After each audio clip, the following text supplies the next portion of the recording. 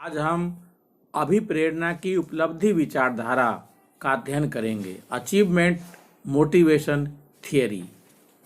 इस अभिप्रेरणा की उपलब्धि विचारधारा का प्रतिपादन डेविड मैक्लेलैंड ने किया है। मैक्लेलैंड ने अभिप्रेरित करने वाली 3 मौलिक आवश्यकताओं की बात कही है। ये 3 आवश्यकताएं हैं: उपलब्धि की आवश्यकता, शक्ति की आवश्यकता, संबंध की आवश्यकता। Need for achievement, need for power और नीड फॉर एफिलिएशन। अब हम इन तीनों आवश्यकताओं के बारे में विस्तार से समझने का प्रयास करेंगे। इसमें पहला है उपलब्धि की आवश्यकता, नीड फॉर अचीवमेंट। जिन लोगों में उच्च स्तरीय उपलब्धि की आवश्यकता होती है, उनमें सफलता प्राप्त करने की इच्छा और तीव्रता बहुत ऊंची होती है। वे निर्धारित मानकों के अनुरूप अथवा प्रतियोगी स्थितियों में श्रेष्ठता प्रदर्शित करना चाहते हैं।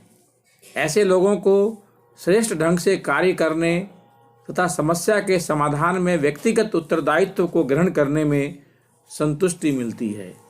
वे चुनौती स्वीकार करना चाहते हैं और अपने लिए तुलनात्मक रूप से कठिन लक्ष्य निर्धारित करते हैं।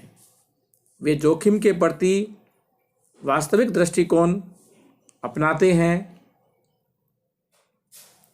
और समस्याओं का विश्लेषण और मूल्यांकन करते हैं।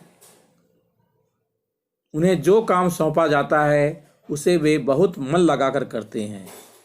वे यह जानते रहना चाहते हैं कि उनका कार्य किस तरह से निष्पादित हो रहा है और प्रतिपुष्टियों से उनमें आत्मविश्वास बढ़ता है और अपनी कमियों को दूर करने में सहायता मिलती है। वे भाग्य के बजाय अपने सामर्थ्य पर अधिक भरोसा करते हैं। उनके जीवन का मूल मंत्र होता है, सकल पदारथ है जग माही, कर्महीन नर पावत नाही।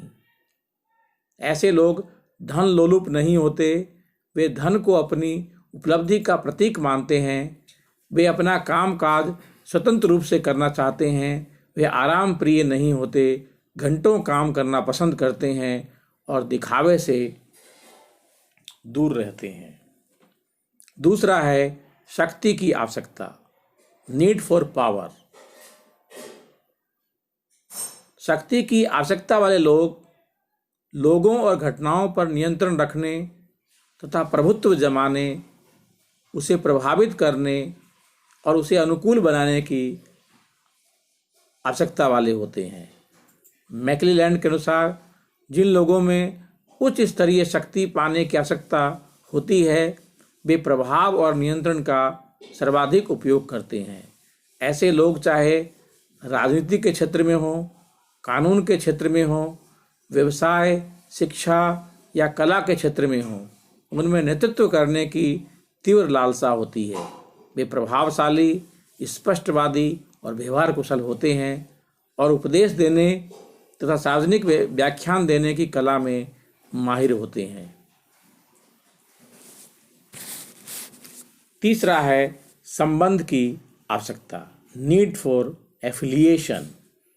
जिन लोगों में उच्च स्तरीय संबंध की आवश्यकता होती है, वे दूसरों की भावनाओं और मंतव्यों के प्रति संवेदनशील होते हैं और अंतर व्यक्तिगत संबंधों के प्रति बहुत भावुक होते हैं। समझदारी की भावना उनमें बहुत अधिक होती है।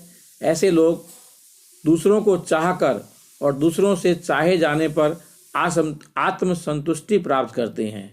वे संकट काल में दूसरों को सांत्वना और सहयोग देते हैं।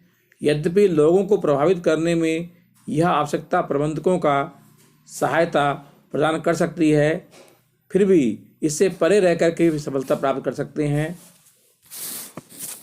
मैक्लेलैंड ने अपने सिद्धांत में उपलब्धि की आवश्यकता को बहुत महत्वपूर्ण बताया है और ये कहा है कि